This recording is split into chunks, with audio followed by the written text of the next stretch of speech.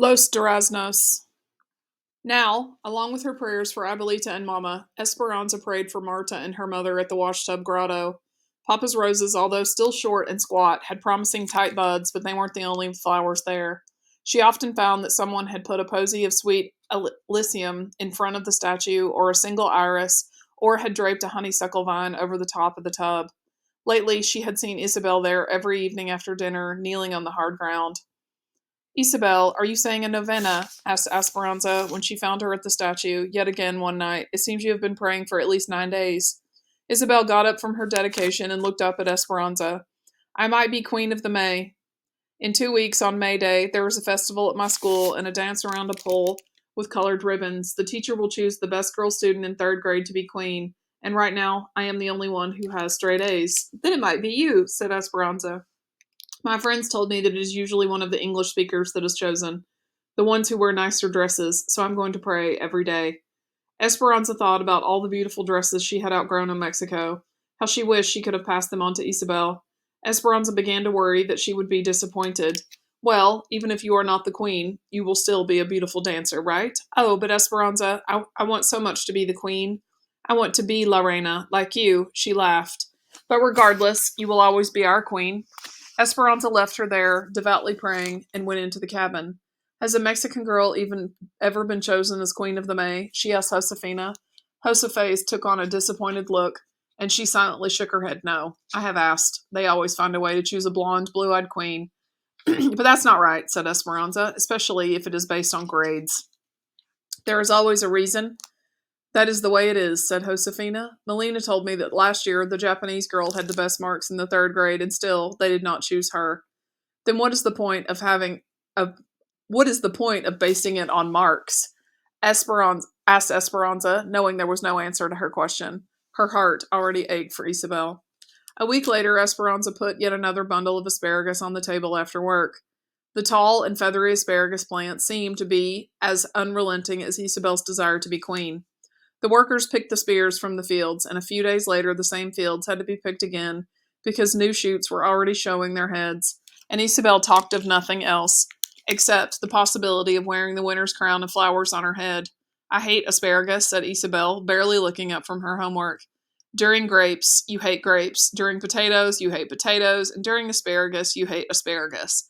I suppose that during peaches, you will hate peaches. Isabel laughed. No, I love peaches. Hortensia stirred a pot of beans, and Esperanza took off the stained apron she wore in the sheds and put on another. She began measuring the flour to make tortillas. In a few minutes, she was patting the fresh dough that left her hands looking as if she wore white gloves. My teacher will choose the Queen of the May this week, said Isabel. Her entire body wiggled with excitement. Yes, you have told us, said Esperanza, teasing her. Do you have anything new to tell us? They are making a new camp for people from Oklahoma, said Isabel. Esperanza looked at Hortensia. Is that true? Hortensia nodded. They announced it at the camp meeting. The owner of the farm bought some army barracks from an old military camp and is moving them onto the property not too far from here. They get inside toilets and hot water and a swimming pool, said Isabel. Our teacher told us all about it, and we will be able to go swim in it. 1 day a week, said Hortensia, looking at Esperanza. The Mexicans can only swim on Friday afternoons before they clean the pool on Saturday mornings. Esperanza pounded the dough a little too hard. Do they think we are dirtier than the others? Hortensia did not answer, but turned to the stove to cook a tortilla on the flat black comal over the flame. She looked at Esperanza and held her finger to her mouth, signaling her not to discuss too much in front of Isabel. Miguel walked in, kissed his mother, then picked up a plate and a fresh tortilla and went to the pot of beans. His clothes were covered in mud that had dried gray. How did you get so dirty? Asked Hortensia. Miguel sat down at the table. A group of men showed up from Oklahoma. They said they would work for half the money, and the railroad hired all of them. He looked into his plate and shook his head. Some of them have never even worked on a motor before. My boss said that he didn't need me, that they were going to train the new men. He said I could dig ditches or lay tracks if I wanted. Esperanza stared at him, her floured hands in midair. What did you do? Can you not tell from my clothes? I dug ditches. His voice was sharp, but he continued eating as if nothing were wrong. Miguel, how could you agree to such a thing? Said Esperanza. Miguel raised his voice. What would you have me do instead? I could have walked out, but I would have no pay for today. Those men from Oklahoma have families too. We must all work at something or we will all starve. A temper Esperanza did not recognize raged to the surface. Then, like the irrigation pipes in the fields when the water is first turned on, her anger burst forth.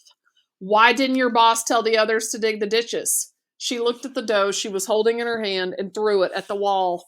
It stuck for an instant, then slowly slid down the wall, leaving a darkened trail. Isabel's serious eyes darted from Miguel to Esperanza to Hortensia. Are we going to starve? No, they all answered at the same time. Esperanza's eyes were on fire. She stamped out of the cabin, slamming the door, and walked past the mulberry and the chinaberry trees to the vineyard. She hurried down a road, then cut over to another. Esperanza! She heard Miguel's voice in the distance, but she didn't answer. When she got to the end of one row, she moved up to another. Anza! She could hear him running down the rows, catching up with her. She kept her eyes on the tamarisk trees in the far distance and walked faster. Miguel eventually caught her arm and pulled her around. What is the matter with you? Is this the better life that you left Mexico for? Is it? Nothing is right here. Isabella will certainly not be queen, no matter how badly she wants it, because she is Mexican. You cannot work on engines because you are Mexican. We have gone to work through angry crowds of our own people who threw rocks at us, and I'm afraid they might have been right. They send people back to Mexico even if they don't belong here, just for speaking up. We live in a horse stall. And none of this bothers you? Have you heard that they are building a new camp for Okies with a swimming pool? The Mexicans can only swim in it on the afternoon before they clean it. Have you heard that they will be given inside toilets and hot water? Why is that, Miguel? Is it because they are the fairest in the land? Tell me, is this life really better than being a servant in Mexico? Miguel looked out over the grapes where the sun set low on the horizon, casting long shadows in the vineyard. He turned back to her. In Mexico, I was a second-class citizen. I stood on the other side of the river, remember? And I would have stayed that way my entire life. At least here I have a chance, however small, to become more than I was. You obviously can never understand this because you have never lived without hope. She clenched her fists and closed her eyes tight in frustration. Miguel, do you not understand? You are still a second-class citizen because you act like one, letting them take advantage of you like that. Why don't you go to your boss and confront him? Why don't you speak up for yourself and your talents? You are beginning to sound like the Streckers, Esperanza, said Miguel coldly. There is more than one way to get what you want in this country. Maybe I must be more determined than others to succeed, but I know that it will happen. Aguantate, tontito y la fruta quiera en tu mano. The words stopped her as if someone had slapped her in the face. Papa's words. Wait a little while and the fruit will fall into your hand. But she was tired of waiting. She was tired of Mama being sick and Abuelita being far away and Papa being dead. As she thought about Papa, tears sprang from her eyes and she suddenly felt weary, as if she had been clinging to a rope but didn't have the strength to hold on any longer. She sobbed with her eyes closed and imagined she was falling, with the wind whooshing past her and nothing but darkness below. Anza! Could I fall all the way back to Mexico if I never opened my eyes again? She felt Miguel's hand on her arm and opened her eyes. Anza, everything will work out, he said. Esperanza backed away from him and shook her head. How do you know these things, Miguel? Do you have some prophecy that I do not? I have lost everything, every single thing, and all the things that I was meant to be. See, these perfect rows, Miguel? They are like what my life would have been. These rows know where they are going, straight ahead. Now my life is like the zigzag in the blanket on Mama's bed. I need to get Abuelita here, but I cannot even send her my pitiful savings for fear my uncles will find out and keep her there forever. I pay Mama's medical bills, but next month there will be more. I can't stand your blind hope. I don't want to hear your optimism about this land of possibility when I see no proof. As bad as things are, we have to keep trying. But it does no good. Look at yourself. Are you standing on the other side of the river? No. You are still a peasant. With eyes as hard as green plums, Miguel stared at her, and his face contorted into a disgusting grimace. And you still think you are a queen. The next morning, Miguel was gone. He had told his father he was going to Northern California to look for work on the railroad. Hortensia was confused and worried that he would leave so suddenly, but Alfonso reassured her. He is determined, and he is 17 now. He can take care of himself. Esperanza was too ashamed to tell anybody what was said in the vineyard, and she secretly knew Miguel's leaving was her fault. When she saw Hortensia's anxiety, Esperanza felt the heavy responsibility for his safety. She went to Papa's roses, and when she saw the first bloom, her heart ached, because she wished she could run and tell Miguel. Please, Our Lady, she prayed, don't let anything happen to him, or I will never be able to forgive myself for the things I said.